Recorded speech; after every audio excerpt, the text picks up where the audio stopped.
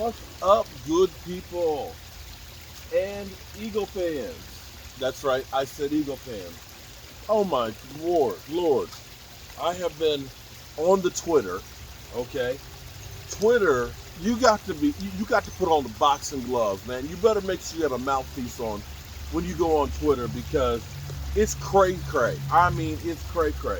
And I've been having discussions with Eagle fans, and that stuff will literally rock your brain. It doesn't. Wow.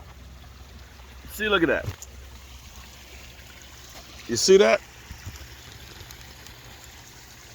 All you got to do is mention Eagle fans. And even my phone is like, I've had enough. I've had enough. They are really crazy.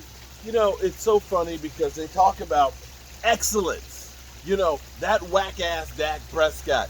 You know, Howie Roseman wouldn't have put up with him. You know, they would have gotten rid of him because we believe in excellence.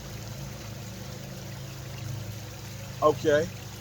With all this excellence you have, you still have one Super Bowl. One Super Bowl. That's all you got. One Super Bowl. And they sitting there talking about, you know, the mental toughness of Jalen Hurts is better than Dak Prescott. Now, you know what? You might be able to say a lot of things, and you guys do say a lot of shit. You say a lot of shit.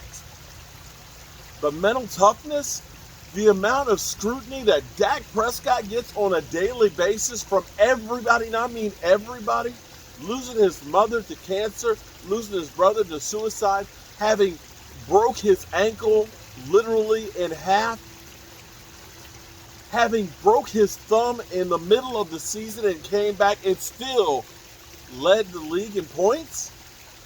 You know what? Y'all just whack, man. You must be on some crack or some crazy shit. I'm just tired of you guys. I mean, it's not even fun to play with y'all anymore. Talking about excellence, you got one damn Super Bowl. And you just lost in the Super Bowl this year. Just lost again. My God. Y'all enough to make me lose my religion. But anyway, that's not why I actually came out here. I believe that the curse, the Dallas Cowboys have a curse. For the most part. Now every curse, you know, there's a few things that are different with a few of them. But the Cowboys have had problems with second round draft picks in recent history. I mean, think about it. Tristan Hill, Jalen Smith. Boss Man Fat still there's time to change things around. You know, we usually don't do good with second round draft picks. Partially because the Cowboys usually they do so well with the first round picks, getting guys that become Pro Bowlers and stuff. In the past, they've looked at guys that have fallen for different reasons. Reasons like, you know, maybe there's a bad knee, an injury.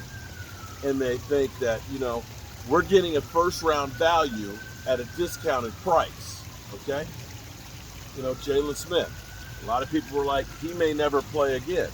Cowboys training staff, to their benefit, Jalen Smith still is able to play, is looking for a team right now, but had a great year, one great year for the Cowboys, got paid, but still didn't reach the potential of what they thought. Tristan Hill had a good motor, big defensive guy, but had issues as far as getting along with coaches and stuff. So they thought, this guy can go. This guy's got a motor. We can go ahead and get him. Boss Man Fat. Man, you know. Anyway, the one that broke the mold was actually Diggs. Although, if you listen to the experts, they'll tell you that Diggs, he's not a top 10 cornerback. Even though he leads the league in interceptions over the last 3 years, the time he's been in the NFL. They'll try and convince you that, you know, air yards. It's kind of like interceptable plays. What? Okay, was it intercepted? No. Because, see, that's a direct conflict of saying throwing in tight windows. Tight windows, meaning there's people close in there, right? Isn't by definition, if it's a tight window you're throwing in, isn't that actually interceptable? You know, the guy's right there. It's a tight window. Isn't that it? So you're saying he can throw good in tight windows, but it's also an interceptable ball. So you're actually praising me for the same thing you're killing me on, right? Is that right? Okay, I get that. But the person who may really destroy the mold may be Sam Williams. I want y'all to understand. See, you got Philly 500 out there talking about Jacoby Dean. You know, he's going to lead the team in sacks. I mean, in tackles this year. I believe. You know, Philly 5, I believe. Jacoby, you mean the guy that had 13 tackles last year? Oh. And of course, I believe. Jordan Davis. Okay. You mean that guy that had, I think, 13 tackles? I don't know. How many did Jordan Davis have? Okay. But I'm going to tell you, Sam Williams didn't get the opportunities that you would have liked him to see because Cowboys had an embarrassment of riches of edge rush, and still do. The Cowboys have so many edge rushers right now that you look at it and you forget about guys that we brought in, like Dante Fowler, who had like 6 sacks last year. Dante Fowler. Guys, people were saying, y'all brought that guy in? Yeah, we brought him in. You forget that George Armstrong had like 8.5 sacks last year. Of course, Micah Parsons leading the pack, and D-Law. And so we got so many guys that it's crazy. But here's the thing about Sam Williams. See, Sam Williams, I know it was only 4 sacks that he had last year. Only 4 sacks. In limited time on the field. But you look at this guy. Sam Williams is a freak of nature. To have a guy who is 6'4", he's tall. He's got the length that the Cowboys, Dan Quinn, love. He loves some tall guys. He loves wingspan. But he also loves speed. I want you to understand that Sam Williams is 261 pounds. 261. These damn mosquitoes out here. Damn. I gotta get the mosquito spray. Damn. We had so much rain and stuff, there's been water puddles. Now, the mosquitoes aren't on the pond because the water's moving. And they don't attack, they can't hatch the larvae on moving water. And the fish would eat them up if they were. But be that as it may. Sorry, I'm gonna have to get the spray out. Sam Williams ran a 4.46 40 at the combine. So you talk about a guy who's fast, a guy who's tall, a guy who's got weight behind him. And I think you're going to see him have a lot more opportunities this year. And you will see him become a beast. And when you look at him and you think about, you know, the guy we lost last year who we El Paso'd on, Randy Gregory, you're going to look at this guy and say, Randy Gregory, who?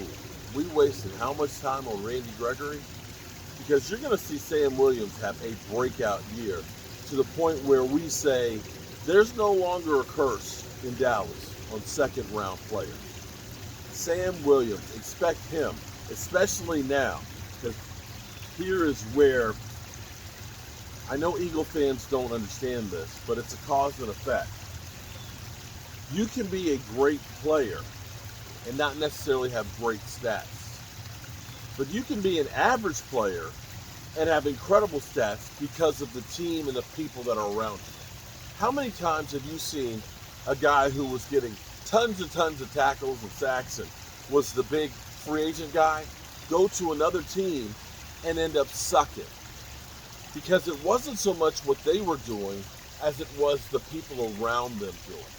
And see, here's the thing. The Cowboys have tried. Naturally, they haven't really. They haven't really. Haven't really tried to stop the middle. I mean, Tristan Hill was the highest drafted interior lineman that we had until Mozzie Smith. But there were red flags with Tristan Hill. They would have actually been better off taking a safety then, because you had guys like Warren Thornhill out there and stuff that, forget that. Just forget Tristan Hill. If Mozzie Smith and Hankins can hold the line in the middle, something we have not had in forever. I will go back to like 2008, 2009, 2007, and say Jay Ratcliffe was the last guy who could actually hold up in the middle. If they do that, it makes the guys outside more effective, and you'll see them with even more sacks. Believe it. DeMarcus Ware, when he had that 20-sack season with the Cowboys, he had Jay Ratcliffe as a Pro Bowler on the defensive line. Those things make a difference. So hopefully we see that happen. And look for Sam Williams to break the mold of the curse of second-round players in Dallas and to have a breakout year. Eagle fans, keep trying. Keep trying. Keep running your fat trap. I'm Mark Holmes, and I appreciate y'all. Peace out.